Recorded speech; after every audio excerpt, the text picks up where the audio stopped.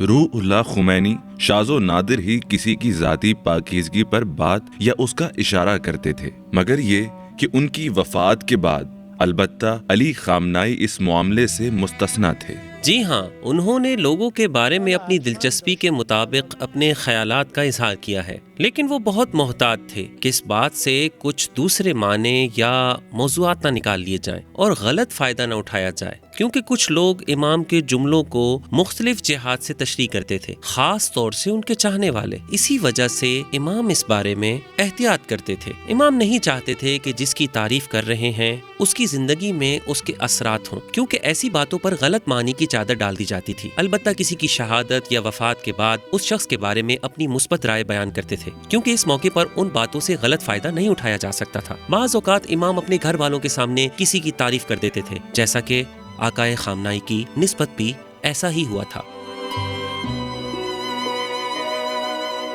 جمران میں روح اللہ خمینی کے گھر حزب جمہوری اسلامی کے اراکین سے ملاقات ہوئی۔ اس میں امام بار بار حزب کے ترجمان آقائے خامنائی سے مخاطب ہوتے تھے۔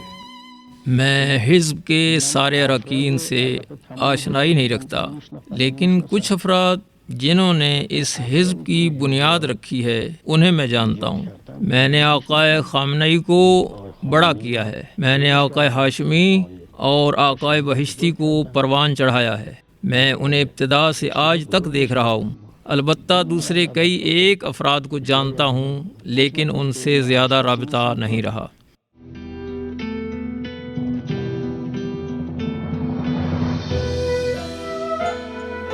امام نے سید علی خامنائی پر قاتلانہ حملے کے بعد ان کے نام ایک خط لکھا: مجھے آپ پر فخر ہے پیارے خامنائی۔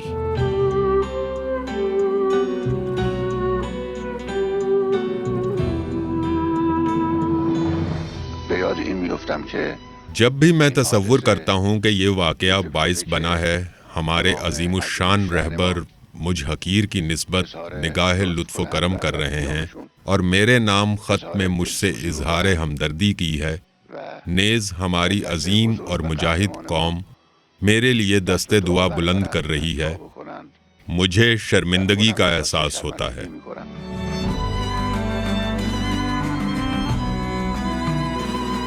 قاتلانہ حملے کے بعد امام خمینی اور آقائے خامنائی کے مابین پہلی ملاقات میں اس کے باوجود کہ محمد علی رجائی کی بطور صدر تقرری کی تقریب تھی، روح اللہ خمینی کا حکم تھا کہ خامنائی ان کے ساتھ بیٹھیں۔ یہ جناب محترم جنہوں نے یہاں تشریف لانے کی زحمت کی ہے، اور میں بہت خوش ہوں کہ آقا خامنائی صلی اللہ علیہ ہیں اور یہاں تشریف فرما ہے۔ انہوں نے آخر کیا کیا تھا؟ بتائیں، کچھ تو کہیں۔ کیا انہوں نے خلاف قانون یا کوئی خلاف ورزی انجام دی؟ کیا کیا تھا انہوں نے جو تم لوگ انہیں قتل کرنا چاہتے تھے اور پھر اس میں کامیاب نہیں ہوئے؟ الحمدللہ۔ نظام کے سربراہ، مرجع اور ولی فقیہ آیت اللہ خامنائی کے فقہی مقام و مرتبے پر مہر تصدیق ثبت کرتے ہوئے انہیں خط لکھتے ہیں: میں آپ کو فقہی معاملات میں ایک آگاہ، دانا و بینا اور اس پر پابندی سے عمل کرنے والے برادر کی حیثیت سے دیکھتا ہوں۔ آپ ان نایاب لوگوں میں سے ایک ہیں جو سورج کی مانند چمکتے ہیں۔ روح اللہ خمینی کا یہ نظریہ آیت اللہ منتظری کے ساتھ عمومی اختلاف کے بعد سامنے آیا، خاص طور پر ان کے برطرف ہونے کے ایک ماہ بعد۔ منتظری کی برطرفی کے بعد میں اس مسئلے کے بارے میں بہت پریشان تھی۔ میں اس وقت بہت چھوٹی تھی، لیکن قیادت کے مستقبل کے حوالے سے فکر مند رہتی تھی۔ کون رہبر بنے گا اور ملک کس طرح چلے گا؟ میں نے ارادہ کیا کہ خود امام سے پوچھوں، اور میں نے ان سے کہا، میں اس بارے میں فکر مند ہوں۔ اچھا تو نہیں لگتا کہ میں اس بارے میں آپ سے بات کروں، لیکن یہ تو ہونا ہے۔ آپ اپنے بات کسے قیادت کے لیے تجویز کرتے ہیں؟ میں بات کرتی رہی اور وہ خاموش تھے۔ میں نے کہا، بہتر ہے کہ مجلس خبرگان یہ ذمہ داری لے، کیونکہ ہمارے پاس آپ کی جگہ پر کرنے کے لیے کوئی نہیں ہے۔ انہوں نے پوچھا، کون کہتا ہے کہ کوئی نہیں ہے؟ میں نے ان سے کہا، کون سیاست کے ساتھ ساتھ اس سطح کا اجتہاد اور علمیت رکھتا ہے؟ میں کسی کو ان خصوصیات کا حامل نہیں پاتی۔ امام نے جواب دیا، کیوں نہیں ہیں سید علی خامنائی۔ من نمیدونم نداریم به نظرم میرسه. گفتن چرا؟ آقای خامنه ای؟ سب سے زیادہ جس کسی نے آقا خامنائی کے ابتدائی اجتہاد کے بارے میں اطمینان کا اظہار کیا اور روح اللہ کے بعد انقلاب کے لیے نئے رہنما کی تمام شرائط کے حامل شخص کی نشاندہی کی، وہ شخص آقا خامنائی کا انقلاب سے پہلے اور امام خمینی کی زندگی کے دوران کا دوست اور دیرینہ ساتھی اکبر رفسنجانی تھا۔ میں ابتدا سے ہی قریب ہونے کی بنا پر ان کی ذاتی زندگی اور اس غربت و سادگی سے بھی آگاہ ہوں جو آج تک ان کی زندگی پر محیط ہے۔ آج بھی ملکی صدر کے عہدے پر فائز ہونے اور امام خمینی کے بعد ملک کی پہلی شخصیت ہونے کے باوجود میں دیکھ رہا ہوں نہ مزاج میں تبدیلی آئی ہے اور نہ طرز زندگی بدلا ہے۔ ہم دیکھتے ہیں کہ تاریخ بشریت میں پروردگار عالم نے ایسی نعمت چند مخصوص اقوام کو عطا کی ہیں، اور آج ہماری پارلیمان میں حلف برداری کے لیے ایسے قابل احترام صدر موجود ہیں۔ اس موقع پر میں ایک اور بات عرض کرنا چاہتا ہوں کہ ان کے بہت سے دوست اور ساتھی جو حقیقت میں منصب آیت اللہ کے حقدار ہیں، آقا خامنائی اپنے حصول علم کے زمانے میں اور آج بھی ہم جانتے ہیں کہ ان کا علمی مقام ان حضرات سے زیادہ یا مساوی ہے، اپنی انکساری کی بنا پر راضی نہیں ہے کہ ایسے القابات استعمال کیے جائیں، حتیٰ کہ علمی میدان میں جو کہ علماء کے ساتھ خاص ہے۔ ایک پاکیزہ کردار، علمی و فکری، باتقوی اور صاحب بصیرت شخصیت پروردگار عالم نے اس ملک کو عطا فرمائی ہے۔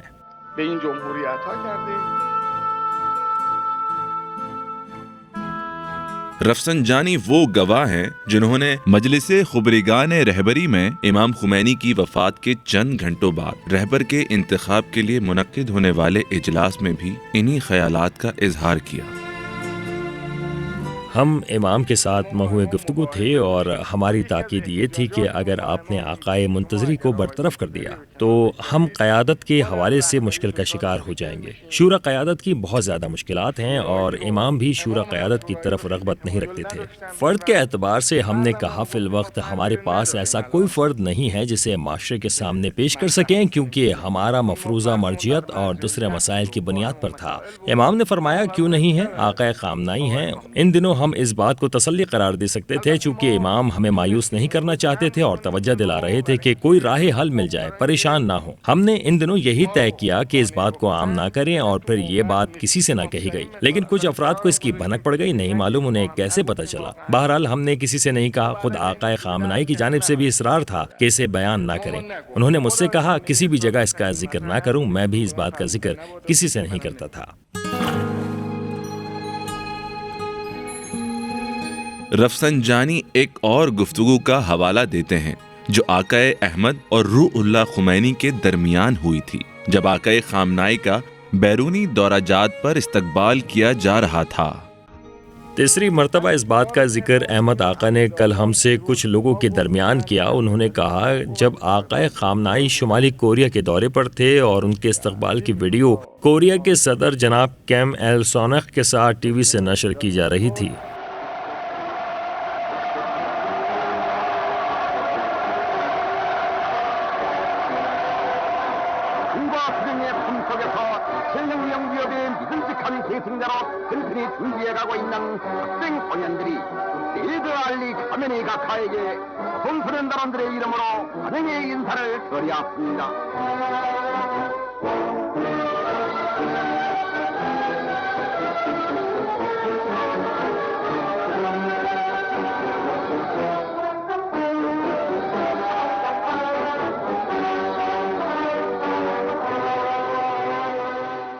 بہت ہی خوبصورت مناظر تھے۔ احمد آقا کہتے ہیں میں نے کہا آقا خامنائی نے اپنی خوب جگہ بنا لی ہے اور اس مملکت کی عزت و افتخار کا باعث ہیں۔ امام خمینی نے فرمایا حقیقت میں یہ رہبری کے لائق ہیں۔ مجلس خبرگان سے سید علی خامنائی کا بطور رہبر انتخاب ہونے کے کچھ گھنٹوں بعد آقا خامنائی امام خمینی کے گھر جاتے ہیں اور سید احمد خمینی اور دیگر اہل خانہ کے ساتھ ملاقات کرتے ہیں۔ میں انتہائی مشکور ہوں، پروردگار عالم آپ کو ہمارے لیے محفوظ فرمائے۔ جب سے مجلس خبرگان کی جانب سے آپ کا تقرر کیا گیا ہے اور ہم سب کی رہبری آپ نے ذمہ لی ہے، یہ واقعہ ہمارے لیے باعث سکون ہے۔ بہت ہی اچھا ہوا ہے، ہم پورے خلوص کے ساتھ آپ کی خدمت میں حاضر ہیں، عاشقانہ وار آپ کے ہر حکم پر لبیک کہنے کے لیے آمادہ ہیں۔ آپ جو حکم دیں گے ہم انجام دیں گے۔ خدا کا شکر ہے ہمارے دشمنوں کو اندھوں کی طرح کچھ سجائی نہیں دے رہا، اور انہوں نے دیکھ لیا ہے کہ صرف چند گھنٹوں بعد اس مملکت نے اپنا رہبر متعین کر لیا ہے، اور وہ بھی آپ جیسا رہبر۔ ہم فتویٰ امام کے تحت آپ کو اپنا ولی تصور کرتے ہیں، اور ایک لمحے کے لیے بھی آپ کی حمایت اور احترام میں کمی نہیں کریں گے۔ نیز ہر وہ چیز جو ہمارا فریضہ ہے، آپ کے ماتحت رہتے ہوئے اس کی ادائیگی میں کوئی کوتاہی نہیں کریں گے۔ پروردگار عالم آپ کو ہمارے لیے محفوظ رکھے۔ میں انتہائی مشکور ہوں۔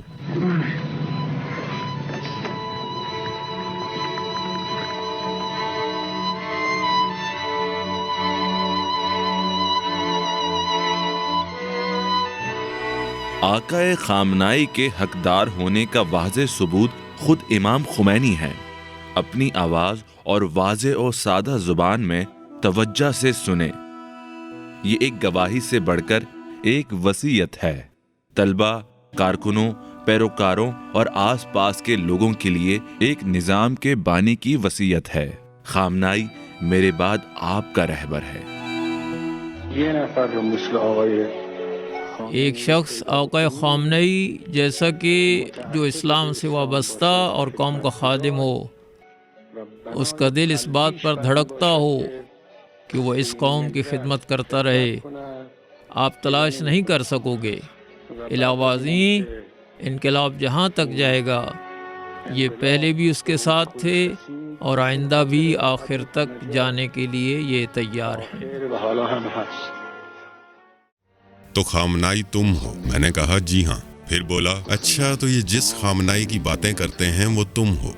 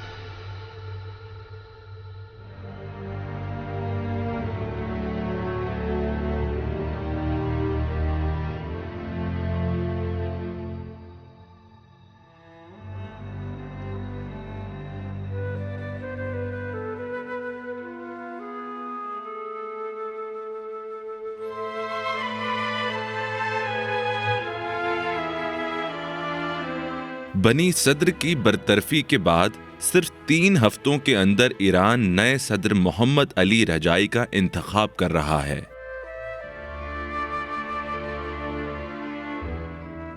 3 دن بعد صدر نے محمد جواد باہنر کا نام وزیر اعظم کے لیے پیش کر دیا۔ اگلے ہی دن پارلیمان نے باہنر کی وزارت عظمیٰ پر اعتماد کا ووٹ دے دیا۔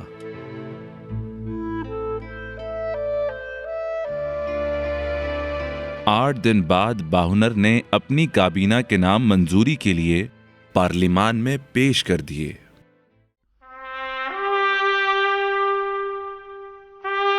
مجموعی طور پر میں اپنے ایمان، اعتقاد اور دل کی اتھاہ گہرائیوں کے ساتھ اور قربتاً اللہ اس کابینہ پر اعتماد کا اظہار کرتا ہوں۔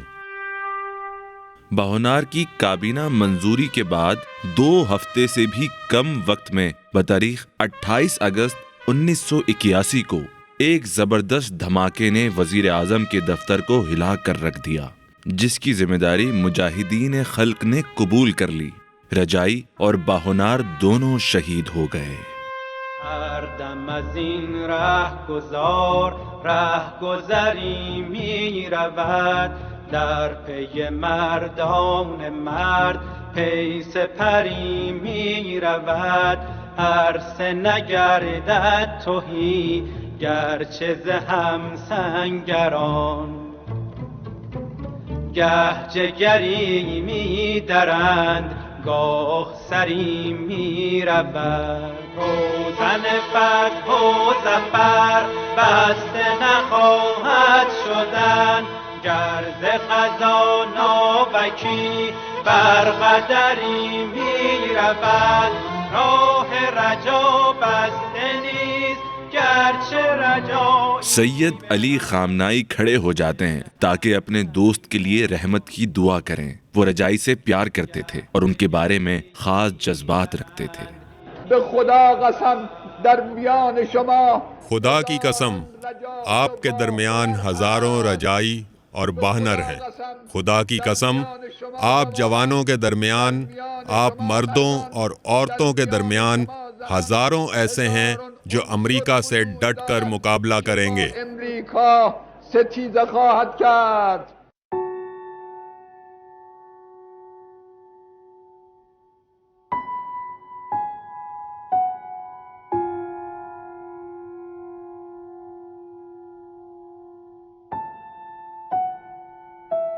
رجائی کے قتل کے بعد ایران ایک مرتبہ پھر صدارتی انتخابات کروائے گا۔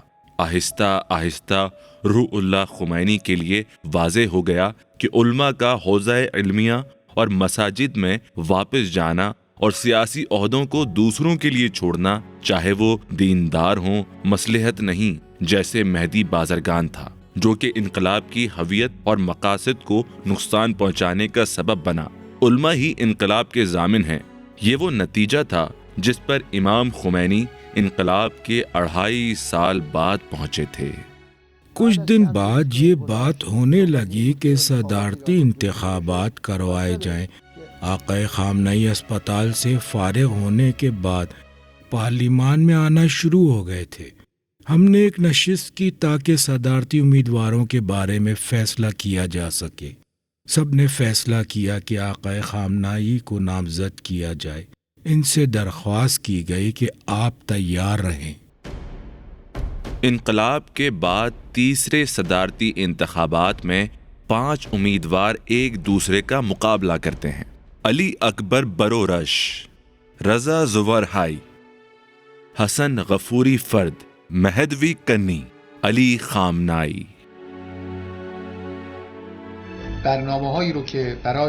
صدر کے نزدیک جو لاہے عمل ضروری ہونا چاہیے اسے ترتیب بار یوں تقسیم کر سکتا ہوں کہ معاشی پالیسیاں۔ ملک میں معاشی پالیسیوں کا فائدہ لازمی طور پر کمزور اور نادار طبقے تک پہنچنا چاہیے، اور ان تک پہنچنا چاہیے جو ملکی انتظامی مراکز سے دور علاقوں میں زندگی بسر کر رہے ہیں۔ ووٹوں کی گنتی کے ابتدائی اوقات میں ہی سید علی خامنائی نمایاں برتری کے ساتھ صدر منتخب ہو گئے تھے۔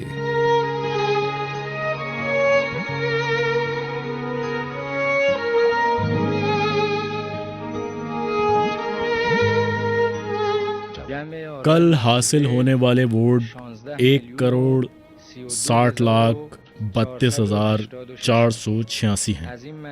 ان میں سے 1,42,45,845 ووٹ آقائے سید علی خامنہئی کے حق میں ڈالے گئے ہیں۔ سید علی خامنہئی انقلاب کی تاریخ میں سب سے زیادہ ووٹ حاصل کرتے ہیں۔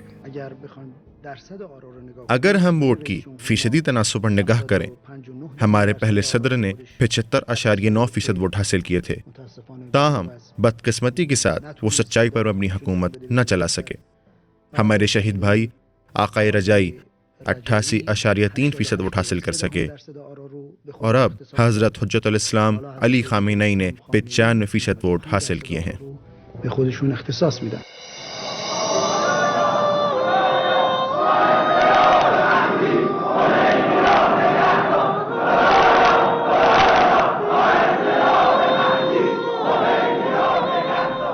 یکم اکتوبر 1981 کو علی خامنہئی اسلامی جمہوریہ ایران کے تیسرے صدر بن گئے۔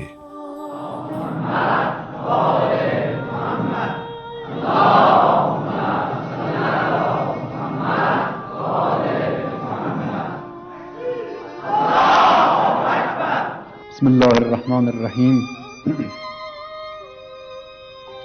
الحمد للہ الذی صدقنا وعدہ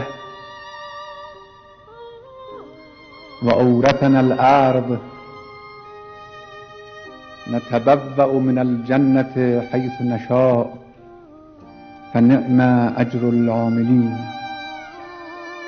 اللہ تبارک و تعالیٰ کی مدد، نبی اکرم صلی اللہ علیہ وآلہ وسلم اور ائمہ اطہار علیہم السلام کی پیروی کرتے ہوئے میں وعدہ کرتا ہوں کہ اس قوم نے جو مجھے اقتدار مقدس امانت کے طور پر سونپا ہے، اس کی نسبت نیک نیت، امانت دار، وفادار اور اس کا رازدار رہوں گا۔ صدر منتخب ہو جانے کے بعد اب وزیر اعظم کو نامزد کرنے کا مرحلہ ہے۔ حزب جمہوری کے رکن جناب میر حسن موسوی کا نام عوام کے سامنے آتا ہے۔ 29 اکتوبر کو سید علی خامنہئی نے پارلیمان سے اعتماد کا ووٹ حاصل کرنے کے لیے میر حسن موسوی کو بطور وزیر اعظم نامزد کر دیا۔ 3 دن بعد وزیر اعظم نے اپنی کابینہ کے نام منظوری کے لیے پارلیمان کے سامنے پیش کیے، جنہوں نے بہت جلد پارلیمان سے اعتماد کا ووٹ حاصل کر لیا۔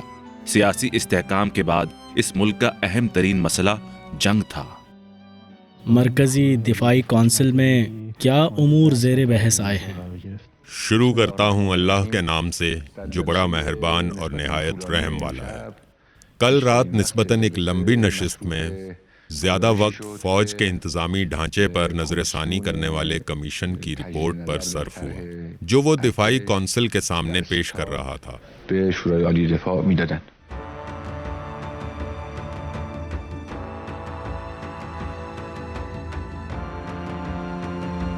بنی صدر کی برطرفی کے بعد نئے صدر کے لیے ضروری تھا وہ فوج کے اندر بعض سپہ سالاروں کو تبدیل کرے۔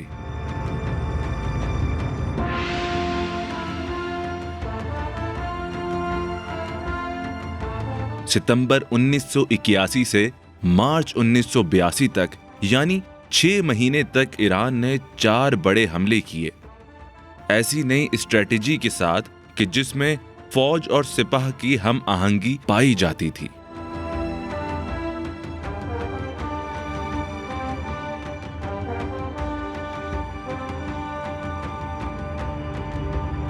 محسن رضائی سپاہ کے سربراہ کی حیثیت سے اور سیاد شیرازی ایرانی بری فوج کے سربراہ کی حیثیت سے سر جوڑ کر بیٹھ گئے۔ بنی صدر کے بعد ان دونوں کے اکٹھے ہونے کی وجہ سے جنگ پر مثبت اثرات مرتب ہوئے۔ یہ ایسا اتحاد تھا جس کا سید علی خامنہئی سے مضبوط تعلق تھا۔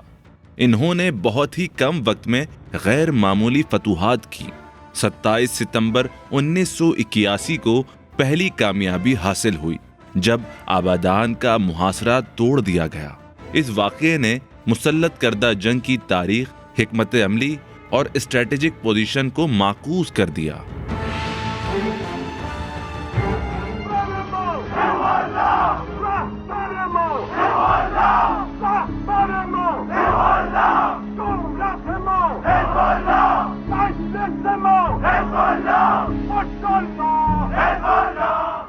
میں اپنے بھائیوں کے سامنے جنہوں نے اس طرح قربانی دی اور جہاد کیا، انہوں نے ایرانی قوم کے لیے ایسی کامیابی حاصل کی، ایک بات بیان کروں گا۔ امام نے ان کے لیے بہت عمدہ کہا۔ امام نے فرمایا، میں آپ کے ہاتھوں اور بازوؤں کو دور سے ہی بوسہ دیتا ہوں اور اس پر فخر کرتا ہوں۔ میرے خیال میں اس سے بڑھ کر کوئی تعریف اور تشکر نہیں ہو سکتا تھا۔ بنی صدر کے برطرفی کے 4 مہینے بعد آبادان کا محاصرہ توڑ دیا گیا اور اسے آزاد کروا لیا گیا۔ بنی صدر کے ہٹتے ہی صورتحال تیزی کے ساتھ تبدیل ہوئی اور تمام افواج ایک ہو گئیں۔ جنگ میں رضاکاروں اور شرکاء کی تعداد میں اضافہ ہوا اور کچھ ہتھیار فراہم کیے گئے، جس سے انکشاف ہوا کہ سابقہ سربراہ مجاہدین سے اسلحہ چھپا رہا تھا۔ علیحدگی اور مخالفتیں پیچھے رہ گئیں اور انہوں نے اتحاد اور یکجہتی کو راستہ دے دیا۔ بسم اللہ الرحمن الرحیم ولا حول ولا قوة الا باللہ العلی العظیم۔ سپاہ پاسداران انقلاب اسلامی کے سربراہ کے مطابق اور ان سے اجازت حاصل کرنے کے بعد میں بطور آپریشن لیڈر گزشتہ حملہ، جسے طریق القدوس کا نام دیا گیا ہے، اس کے موجودہ مرحلہ کا خفیہ کوڈ یا حسین انتخاب کرتا ہوں۔ از رشید به کلیه واحده، از رشید به کلیه واحده، یا حسین یا حسین، کلیه واحده یا حسین یا حسین۔ ایران دفاعی حکمت عملی سے دفاعی حملوں کی طرف بڑھنے لگا۔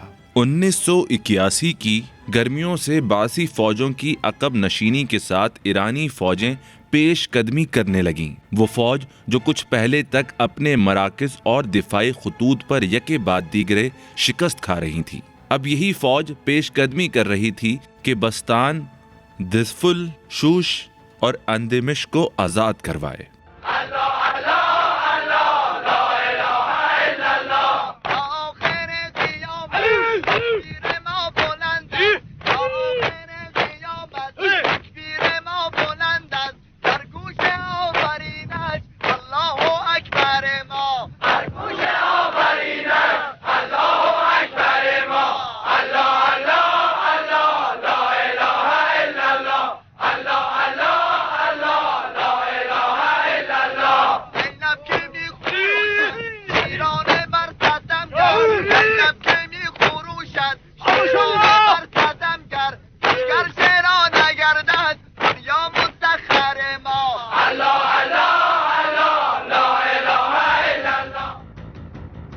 بسم الله القاسم الجبارین یا زهرا۔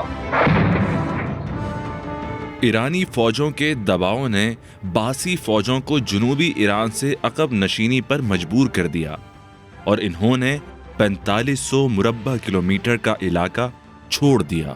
باسی فوجیں خرم شہر کی دیواروں سے جا لگیں، جسے انہوں نے اپنا مضبوط دفاعی مورچہ بنا لیا تھا۔ ان برسوں میں نے شام کے بہت سارے دورے کیے اور حافظ الاسد سے ملاقات کی۔ تقریباً ہر کارروائی کے دوران ہم شام جاتے تھے۔ حافظ اسد نے مجھ سے کہا، اگر آپ نے خرمشہر کو آزاد کروا لیا تو دنیا مان لے گی کہ آپ فاتح ہیں، لیکن اگر آپ اس کے علاوہ کہیں کہ ہم نے فلاں علاقہ یا فلاں علاقہ آزاد کروا لیا تو دنیا توجہ نہیں کرے گی۔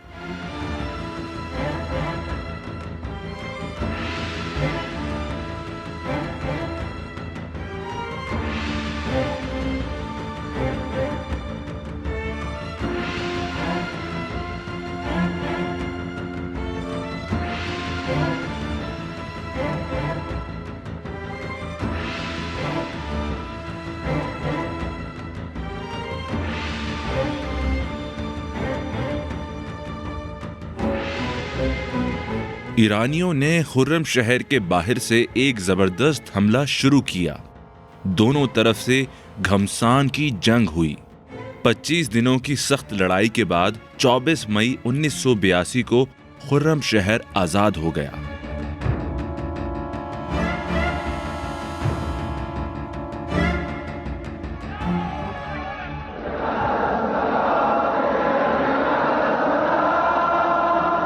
حي على الفلاح الفلاح.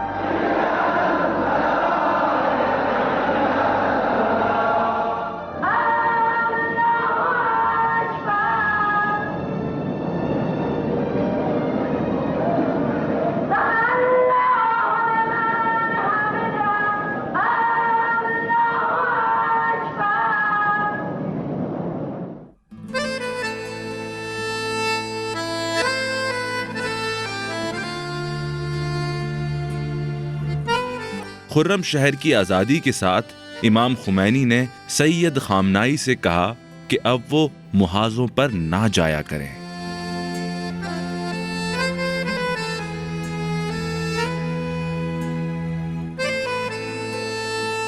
جنگ کے ابتدائی دنوں میں جب دشمن اہواز کے قریب دب ہردن علاقے میں تھا، آقائے خامنائی سب سے آگے تھے۔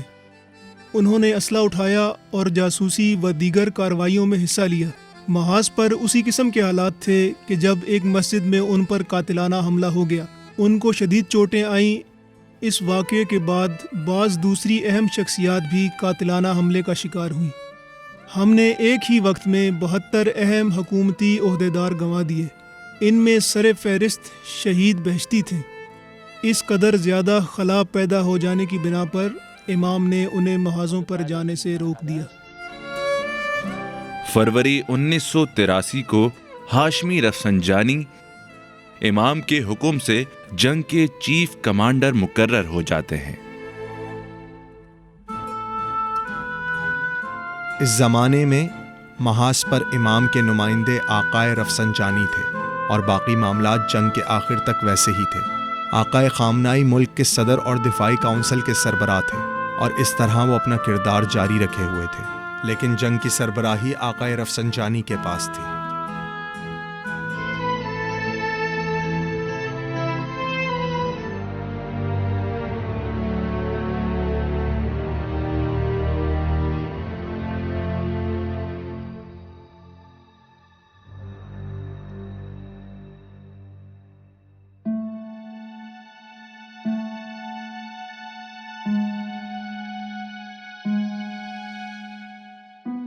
انیس 1984 کے موسم بہار میں ایرانی ایوان نمائندگان کے دوسرے انتخابات کا وقت آن پہنچا۔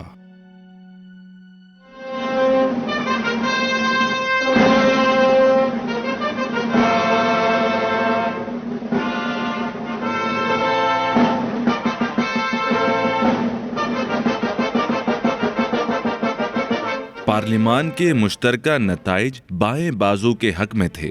اس کے نتیجے میں میر حسن موسوی، جو سوشلسٹ معاشی پالیسیز کا حامی تھا، اس نے ریاستی معیشت کی تعمیر اور استحکام کو اسی نہج پر چلانا شروع کر دیا۔ صدر، جو کہ قریب سے حکومتی اقدامات پر نظر رکھے ہوئے تھے، آہستہ آہستہ ان معاشی پالیسیز کے مخالف ہو گئے۔ من وقتی مثال می‌زدم تو اون سالهای 60 کی دہائی میں جب ملکی معیشت اور معاشی ماہرین افراط زر کی طرف بڑھ رہے تھے، میں نے اس وقت انہیں ایک مثال دی تھی کہ ایک گاڑی ہے جو کسی بھاری چیز کو اٹھا کر دوسری جگہ پہنچا سکتی ہے، اور آپ بھی اس کے ہمراہ چلتے ہیں۔ آپ اس کے اسٹیئرنگ کے پیچھے بیٹھ جاتے ہیں اور اسے راستے پر چلاتے ہیں اور چلتے رہتے ہیں۔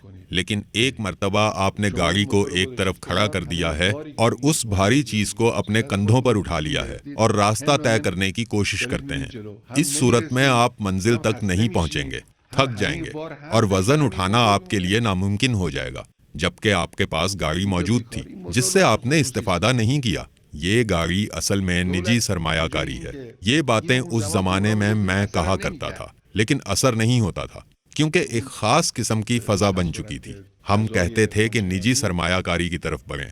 امام بھی جس قدر تاکید کرتے تھے کہ عوام کو دے دیں، یہ لوگ کہتے تھے کہ یہاں عوام سے مراد نجی شعبہ نہیں ہے۔ یہ لوگ امام کی رائے کو توجیہ کیا کرتے تھے، کہتے تھے کہ عوام سے مراد نجی شعبہ نہیں بلکہ عوامی خدمت مراد ہے۔ اب یہ کیسے عملی ہو سکتا تھا؟ کہتے ہیں کہ حکومت سارے وسائل اپنے اختیار میں لے اور پھر عوام کی خدمت کرے۔ اس طرح عوام کی باتوں میں سے مطلب نکالتے تھے۔ واضح ہے کہ غلط تھا۔ سید علی خامنائی اور میر حسن موسوی کے مابین اختلافات معاشی پالیسیز کی وجہ سے شدت اختیار کر گئے۔ اس اسنا میں آقا خامنائی موسوی کی حکومت کو برخاست کر سکتے تھے لیکن نہیں کیا، اور 1984 موسم گرما میں پہلی صدارتی مدت اختتام پذیر ہونے کے قریب سید علی خامنائی نے صدر کے لیے دوبارہ نامزدگی پر عدم دلچسپی کا اظہار کر دیا۔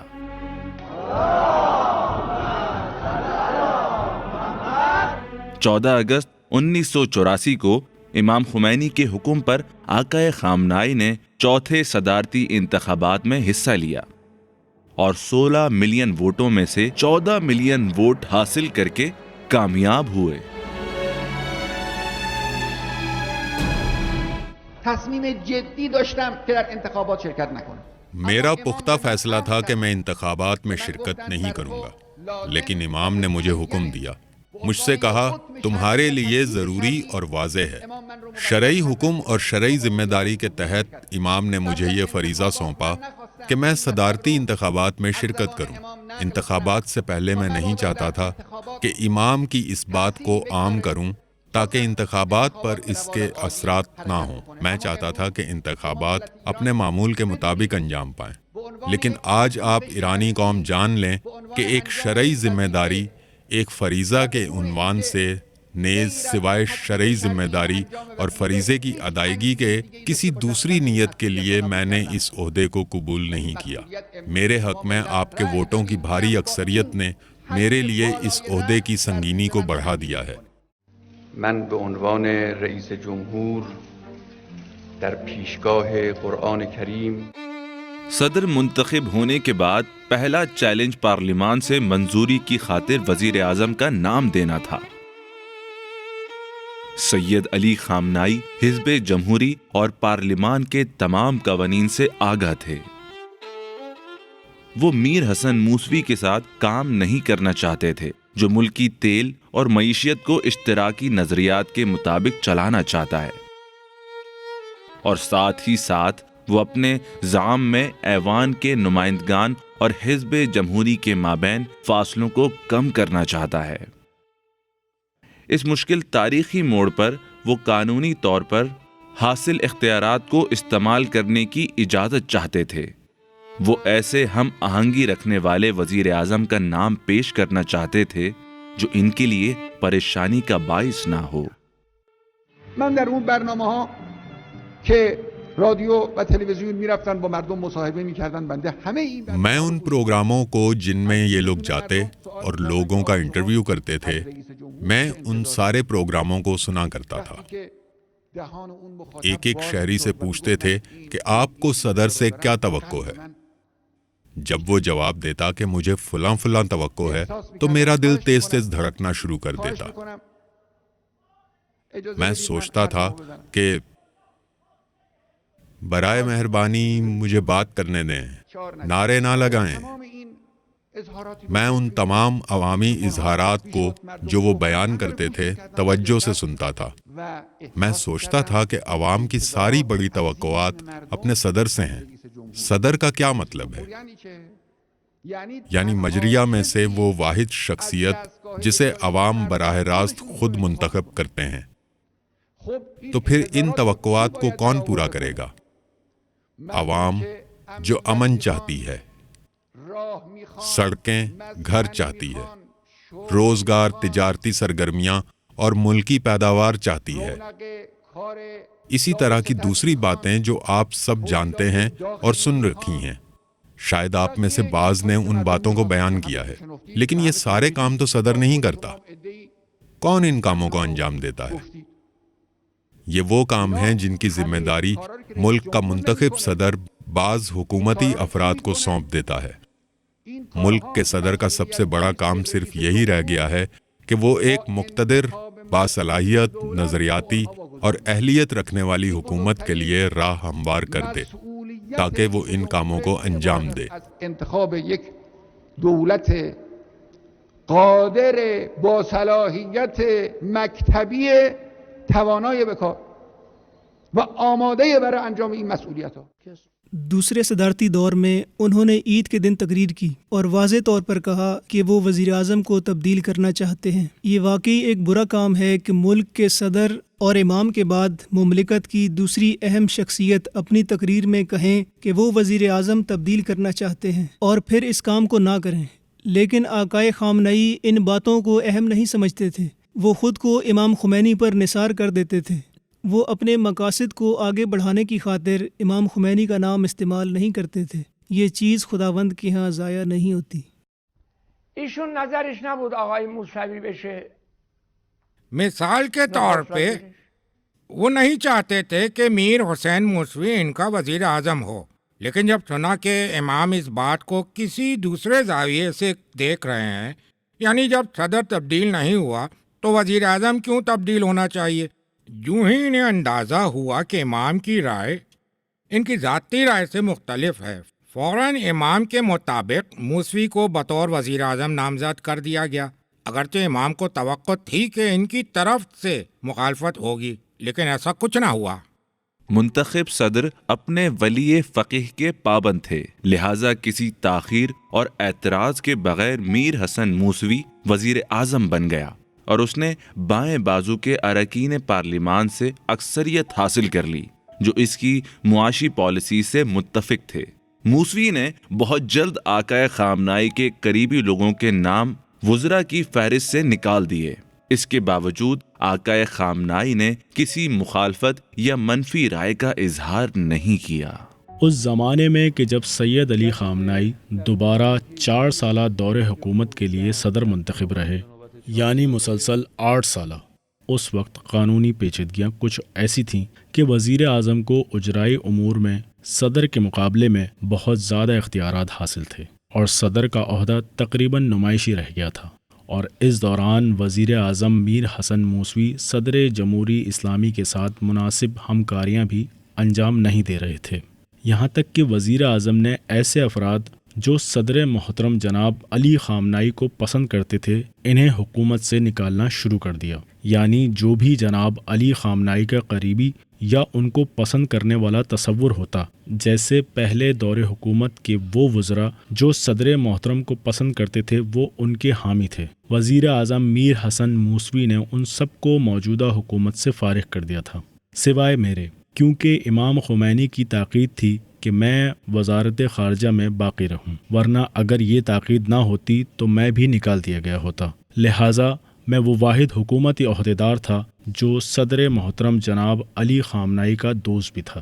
میر حسین موسوی نے ایک ہم آہنگ اور ہم صدا حکومت تشکیل دی جس کا جھکاؤ واضح طور سے بائیں بازو کی طرف تھا اور پارلیمنٹ سے بھی اعتماد کا ووٹ حاصل کر لیا تھا۔ اسی کے ساتھ صدر محترم جناب علی خامنائی نے بھی ان کے ساتھ کام کرتے رہنے کو جاری رکھا اور ملک کو اندرونی اختلافات کے نقصانات سے دور رکھنے کی پوری کوشش کی۔ میر حسین موسیٰ اپنی معاشرتی پالیسیوں میں کامیاب نہیں تھا، وہ ریاستی معیشت پر انحصار کر رہا تھا۔ 3 سال تک اس کی معاشرتی پالیسیاں نیم اشتراکی تھیں، وہ ہر چیز کو قومیانے کے چکر میں سرکاری خزانے پر بوجھ بن رہا تھا۔ وہ معیشت، سیاست، ثقافت اور دوسرے شعبوں کے بارے میں مخصوص نظریے کا حامل تھا۔ یہ مخصوص نظریات باعث بنے کہ وہ انقلابی فکر اور صدر کی نظریاتی رائے سے منحرف ہونے لگا۔ جب بھی وزیر اعظم اور صدر کے مابین اختلاف ہوتا تو یہ صدر سید علی خامنائی تھے جو صبر کرتے اور وسعت قلبی برداشت اور نظر انداز کرنے سے کام لیتے ہوئے حکومتی معاملات جاری رکھتے۔ 1988 کے موسم بہار میں ایوان نمائندگان کے تیسرے انتخابات کے بعد میر حسن موسوی کے ساتھ نئے اختلافات سامنے آئے اور اس نے اپنے استعفے کے ذریعے سب کو حیرت میں ڈال دیا۔ جب اسے اندازہ ہوا کہ نئے منتخب ہونے والے پارلیمانی نمائندگان اس کے تجویز کردہ وزراء کو اعتماد کا ووٹ نہیں دیں گے، اس نے استعفیٰ دے دیا۔ سید علی خامنائی نے اس کا استعفیٰ منظور نہیں کیا اور امام خمینی نے موسوی کے خلاف سخت بیان دیا۔ آپ کے استعفیٰ نے مجھے ورطہ حیرت میں ڈال دیا ہے۔ آپ کم سے کم مجھے یا حکام میں سے کسی کو قبل از وقت مطلع کر دیں۔ کیا آپ کو یہ مستعفی ہونے اور ایک طرف ہونے کا مناسب وقت معلوم ہے؟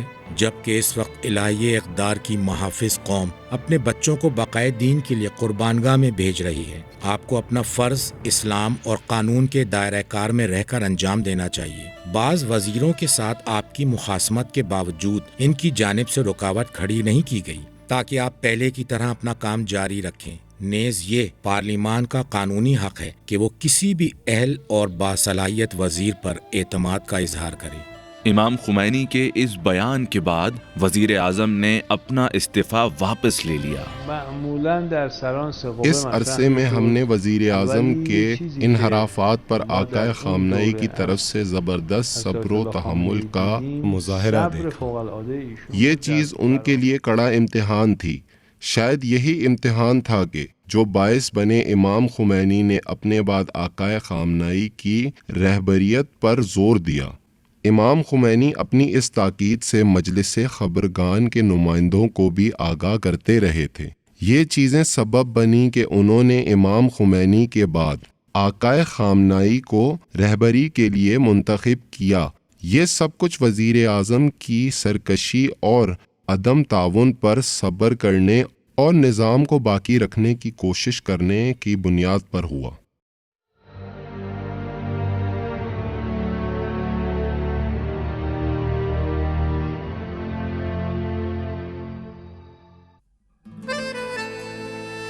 اپنے صدارتی دور میں سید علی خامنائی نے خارجہ اور سفارتی امور پر خاصی توجہ دی۔ اس کا اظہار ان کے مسلمان، عربی، مشرقی اور مغربی ممالک کے دورہ جات میں ہوا۔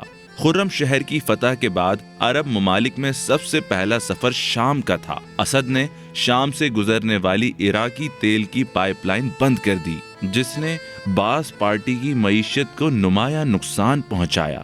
آہستہ آہستہ تہران اور دمشق کے مابین تعلقات میں بہتری آئی۔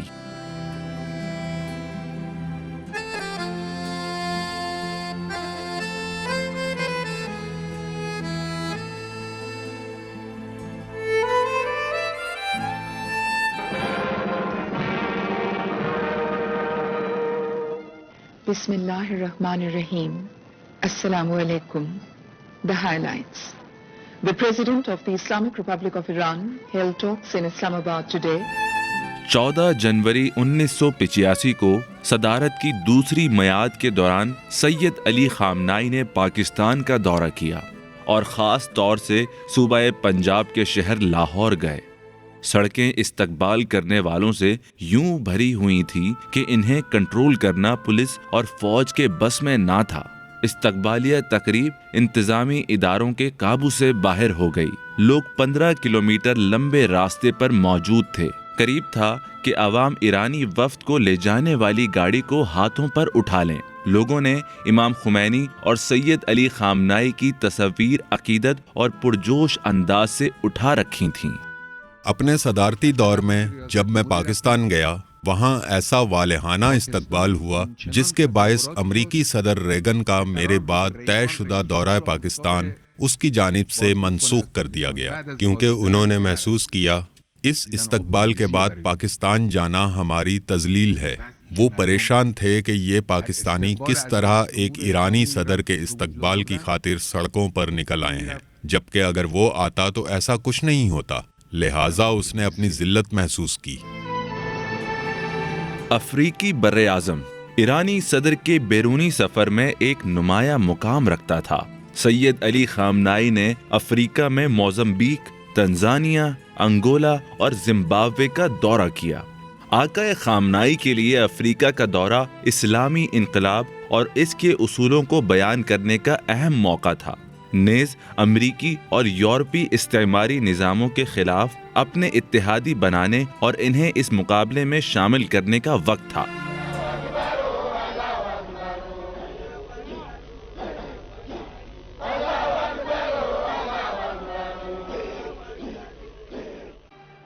یہ خامنائی کی خارجہ پالیسی تھی، جس کو انہوں نے 6 ستمبر 1986 کو زمبابوے کے شہر ہرارے میں غیر جانبدارانہ تحریک کے اجلاس میں خطاب کے دوران واضح کیا۔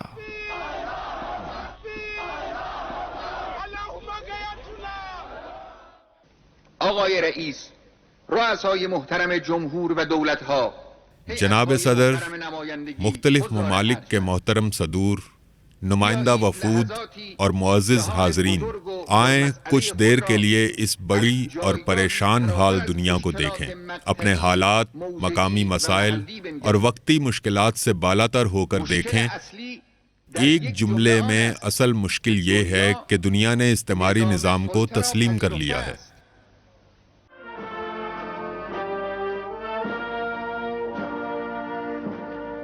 18 فروری 1989 کو ایرانی صدر نے مشرقی یورپ کی بعض کمیونسٹ ریاستوں کا دورہ کیا، بالخصوص رومانیہ اور یوگوسلاویہ گئے۔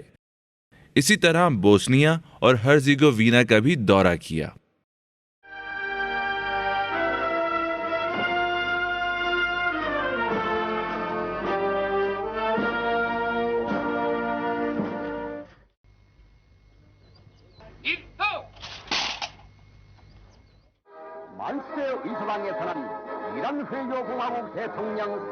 انیس سو 89 مئی کے مہینے میں آقا خامنائی نے اپنے ایشیا کے سفر میں شمالی کوریا کا دورہ کیا۔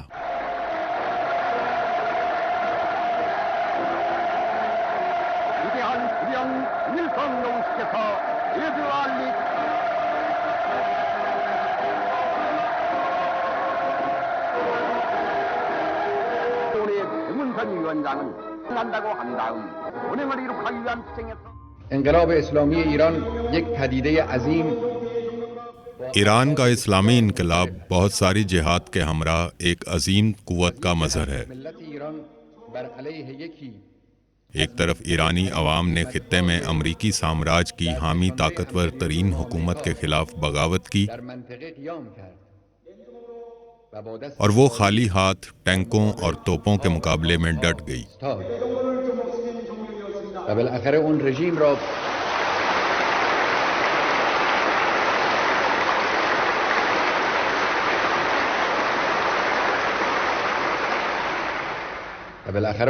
را به کلی آخرکار اس حکومت کا مکمل خاتمہ کر دیا۔ امریکہ جیسے ملک خود کو یہ حق کیوں کر دیتے ہیں کہ اپنی سرحدوں سے میلوں دور خلیج فارس کے علاقے میں یا شمالی کوریا کے جزیرے میں اپنی عسکری افواج کو اتاریں؟ ہم واضح کر دینا چاہتے ہیں کہ دنیا میں امریکہ اور کسی بھی دوسرے ملک کو یہ حق حاصل نہیں ہے۔ نیز ہم آزادی اور قومی اتحاد پر مبنی کوریا فیڈریشن کی مکمل حمایت کرتے ہیں۔ پشتیبانی می‌کنیم۔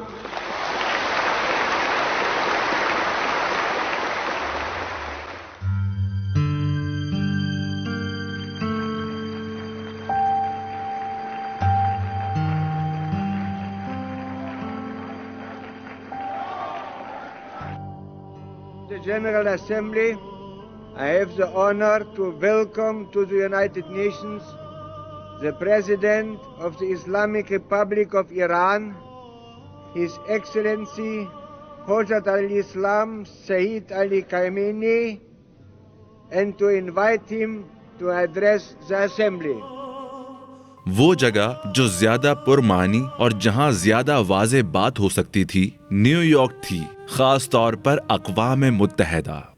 درودی سپاسگزارانہ اے خدا، میری اور میری قوم کی جانب سے عظیم انبیاء، خاص طور پر حضرت ابراہیم علیہ السلام، حضرت موسیٰ علیہ السلام اور حضرت عیسیٰ علیہ السلام اور حضرت محمد صلی اللہ علیہ وآلہ وسلم پر درود و سلام بھیج۔ ہمارے انقلاب نے ثابت کر دیا ہے کہ عالمی استعماری طاقتوں کی مداخلت کے راستوں کو بند کیا جا سکتا ہے، اور ان کی بدماشی کو سنجیدہ نہ لیا جائے، انہیں اہمیت نہ دی جائے۔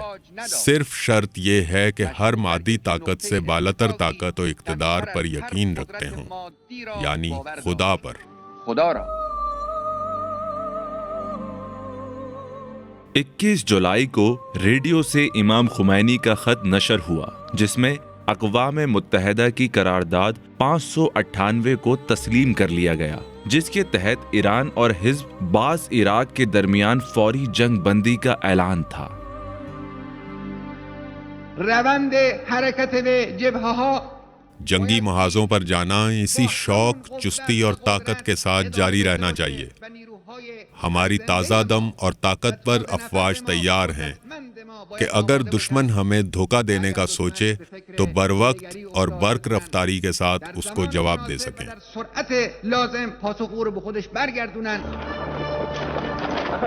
یہ امام سجاد بریگیڈ اور قمر بنی ہاشم بٹالین ہے۔ ایک طویل وقفے کے بعد جو امام خمینی کے حکم پر کئی سال تک جاری رہا اور اس دوران وہ کبھی محاذ پر نہیں گئے تھے، سید علی خامنائی جنوبی سرحد پر اور مجاہدین کے درمیان جاتے ہیں۔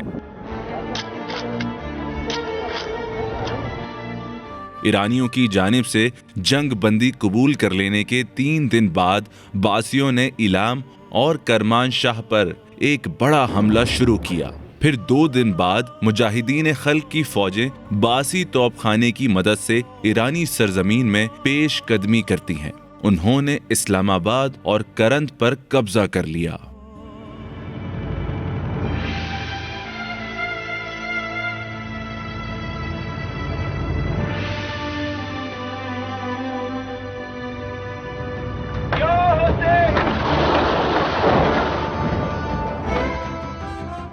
اس موقع پر فوج، سپاہ، بسیج اور تمام قبائل متحد ہو کر مقابلہ کرتے ہیں، ایک دفاعی جنگ جو مرصاد کے نام سے جانی جاتی ہے۔ سید علی خامنائی براہ راست اس حملے کی نگرانی کر رہے تھے۔ مساجد کے ائمہ جماعت کو محاذ پر بلایا گیا اور انہیں باسیوں اور ان کے اتحادیوں کو عبرتناک شکست ہوئی اور وہ ایرانی سرحدوں سے نکل کر بھاگ کھڑے ہوئے۔ 21 اگست کو باسیوں نے بھی جنگ بندی تسلیم کر لی۔ جنگ ختم ہو گئی۔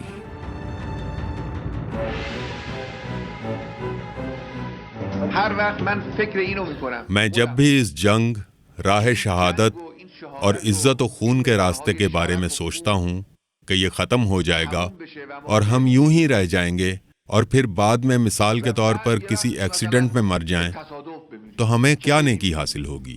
خدا گواہ ہے کہ اس بات کے تصور سے اس قدر زیادہ میرے دل پر بوجھ ہو جاتا ہے اور آرزو کرتا ہوں، یہ وہ دعا ہے جو میرے دل سے نکلتی ہے، اے کاش ہماری موت بھی آپ کے بچوں جیسی ہوتی۔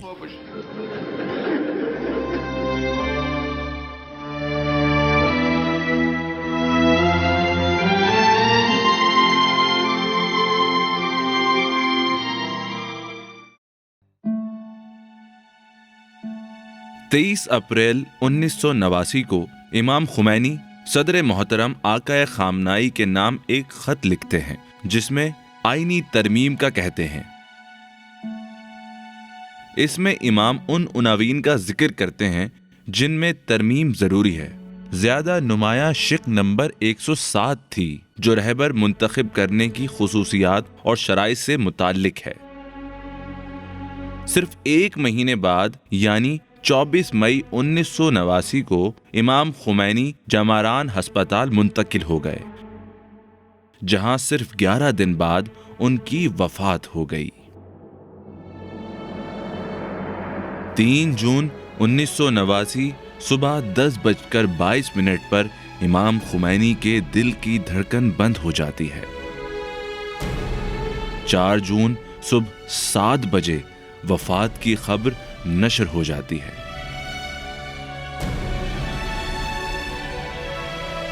4 جون 1989 کو صبح 8:30 بجے نئے رہبر انقلاب کے انتخاب کی خاطر مجلس خبرگان رہبری کا باقاعدہ اجلاس ہوتا ہے۔ انا للہ و انا الیہ راجعون۔ ہمارے لیے مشکل ہے کہ اس اجلاس کی کارروائی شروع کریں جس وقت ہم اپنے رہبر کو دنیا سے الوداع کہہ رہے ہیں۔ صدر محترم سید علی خامنائی نے امام کی تحریر کردہ وصیت کو 2.5 گھنٹے میں پڑھا۔ آقائے خامنائی نے فرمایا، جب میں مجلس خبرگان میں امام کا وصیت نامہ پڑھ رہا تھا، میری توجہ شورا رہبری کی طرف تھی، یعنی فردی رہبری کے بجائے اب شورائی رہبری ہونی چاہیے، اور میرے ذہن میں یہ بات آ رہی تھی کہ مجھے بھی اس شورا میں ایک رکن کی حیثیت سے منتخب کیا جانا چاہیے۔ امام خمینی کی وفات کو 14 گھنٹے گزرنے کے بعد اور تشییع جنازہ و تدفین سے پہلے 4 جون کی دوپہر میں نئے رہبر اور ولی فقیہ کے انتخابات کے لیے اجلاس کی دوسری نشست شروع ہوئی۔ 161 اراکین کی موجودگی کے ساتھ ہمارا اجلاس اہمیت رکھتا ہے۔ اجلاس کا ایجنڈا بیان کریں۔ اس اجلاس کا ایجنڈا رہبری کے موضوع کا جائزہ لینا اور رہبر کے جانشین کا تعین کرنا ہے۔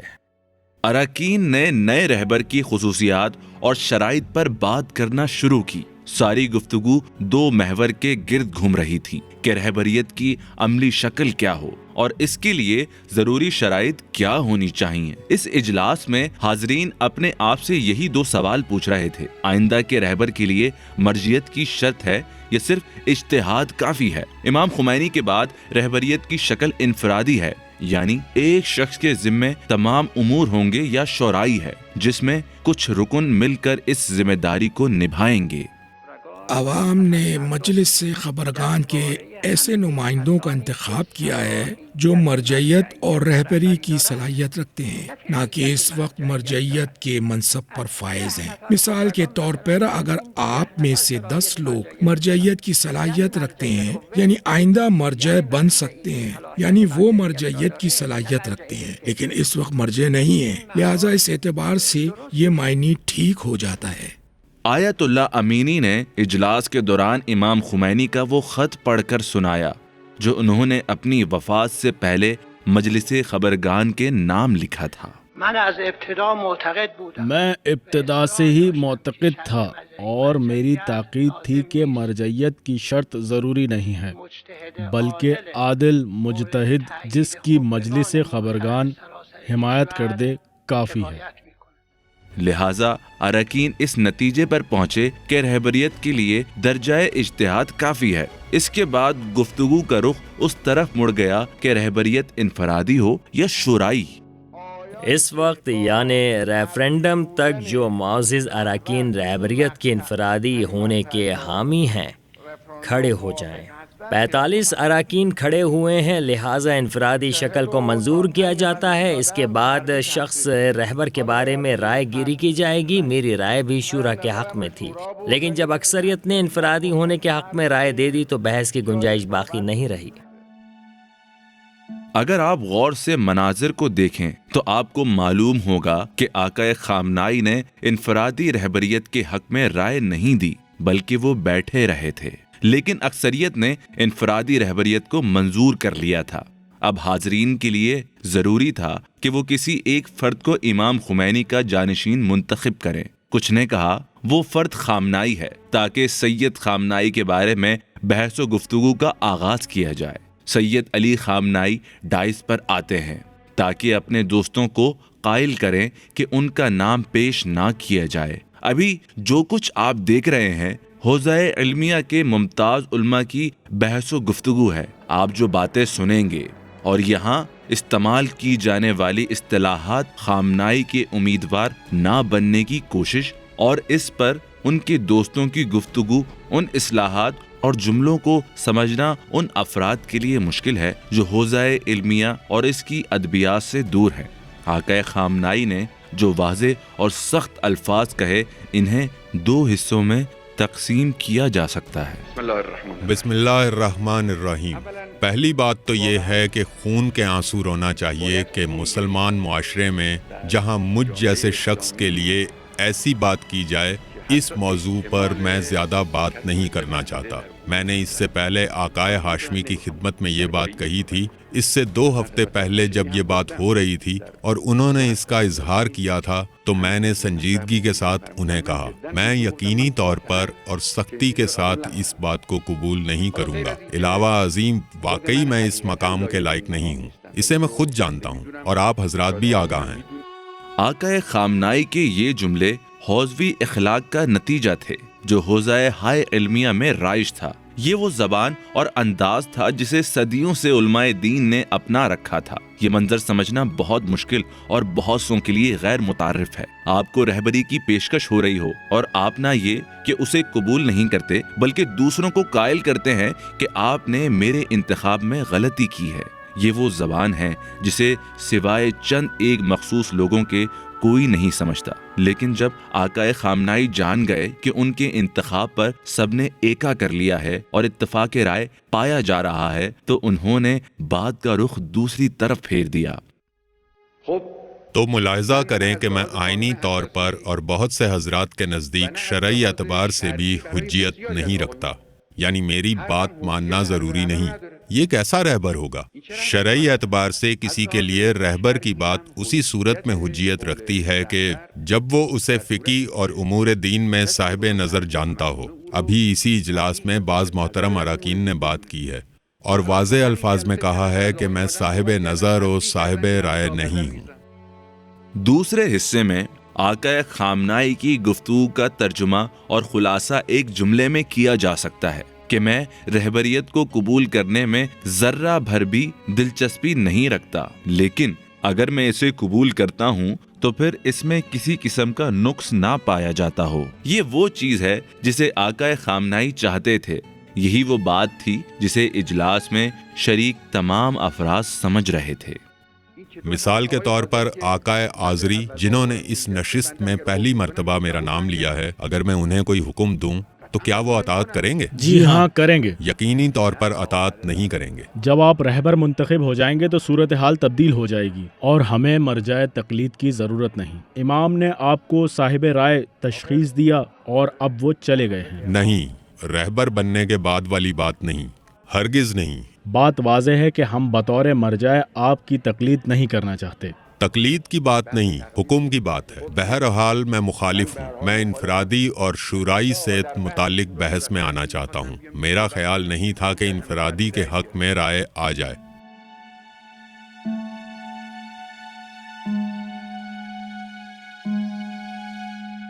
رفسنجانی نے آقائے خامنائی سے گزارش کی کہ آپ اپنی نشست پر تشریف لے جائیں اور اراکین مجلس خبرگان سے درخواست کی کہ آیت اللہ خامنائی کی رہبریت پر اپنی رائے دیں۔ جو اراکین حق میں ہیں کھڑے ہو جائیں۔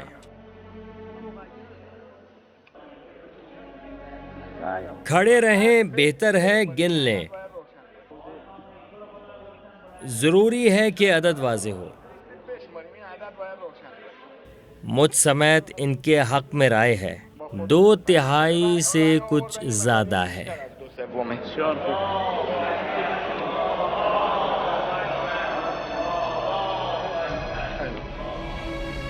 جب آپ کو اندازہ ہو کہ آپ رہبر بن گئے ہیں، غم کی وجہ سے اپنے سر کو ہلائیں گے اور کسی خوشی یا آسانی کا خیال نہیں کریں گے۔ یہی وہ فرق ہے ایسے لوگوں کے درمیان کہ ایک کسی منصوبے کے پیچھے ہے اور ایک عزت و آبرو چاہتا ہے۔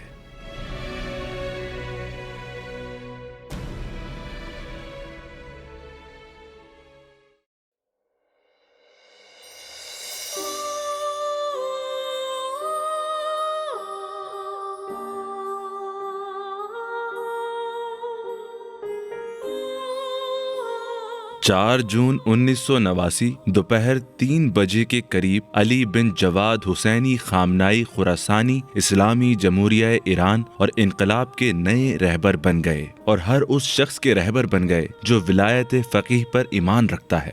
رہبر منتخب ہونے کی رات ایرانی حکومت اور انقلاب نے 37 سالہ چھوٹے خمینی کو پا لیا، کیونکہ سید علی خامنائی روح اللہ خمینی سے 37 سال چھوٹے ہیں۔ یہ وہ بات ہے جو بہت سے لوگ کر رہے ہیں۔ رہبر منتخب ہونے کے دن وہ 50 برس کے تھے، 50 سال جس میں وہ اپنے استاد کی شبیہ رہے ہیں۔ خامنائی افکار اور تہذیب کی ایسی آمیزش ہیں جس کے تانے بانے ان کی پیدائش سے پہلے ہی بنے جا چکے تھے، اس زمانے سے جب وہ اپنے مکی، عاملی، ترک اور آذری اجداد کے سلب میں تھے، یہاں تک کہ مشہد میں 1960 میں آپ کی ولادت ہوئی۔ ان گزرنے والے 50 سالوں میں خامنائی نے زندگی کی سختیوں کو 2 پروں پر گزارا، وہ فکری گہرائی جو انہیں وراثت میں ملی تھی، اور پھر اس میں انہوں نے اضافہ کیا۔ وہ ان علماء میں سے نہیں ہیں جو حوزہ علمیہ میں داخل ہوں اور پھر اسے کبھی نہ چھوڑیں، بلکہ وہ ایسے فقیہ ہیں جنہوں نے اپنی پرماجرا زندگی میں ایسے تجربات حاصل کیے ہیں جن کی مثال حوزہ علمیہ میں کم ہی ملتی ہے۔ یہی وجہ تھی کہ وہ اپنے زمانے سے آگاہ اور عوام کے دلوں میں بسنے والے ایک فقیہ بن کر ابھرے، تقاریر کی، مساجد، امام بارگاہوں اور گھروں میں تبلیغ کی قید و بند کی صعوبتیں برداشت کی، انہیں شکنجہ کیا گیا، جلا وطن کر دیا گیا، اور آخر کار کامیابیوں نے ان کے قدم چومے، اسلحہ اٹھایا اور منبر نماز جمعہ کے خطیب بنے، یونیورسٹیوں کے اندر اور باہر گفتگو کی، قوم پرستوں، کمیونسٹوں، بائیں بازو والوں اور حتیٰ اسلام پسندوں کے ساتھ نشستیں کیں، اپنے تنظیمی تجربے کو اپنے ایک رکن اور پھر ایک سربراہ کے عنوان سے حاصل کیا، یہاں تک کہ پھر ایک دن خود ہی اعلیٰ اہداف کی خاطر اپنی تنظیم کو ختم کر دیا، ملکی صدر کے عنوان سے حکومتی حلقوں میں داخل ہوئے اور قریب سے ہر چیز کو دیکھا، پھر دنیا کا سفر کیا تاکہ داستان انقلاب کو اپنی زبانی بیان کریں، اپنے اجتہاد کے ساتھ دنیا اور دین کے علوم کا امتزاج قائم کیا تاکہ ان خصوصیات کے ساتھ بے مثال شیعہ حوزوی تاریخ بلکہ اسلام کی سیاسی تاریخ رقم کریں۔ ان کی زندگی کے تمام سال جرأت کی داستانوں اور جستجو کی لگن سے پر ہیں۔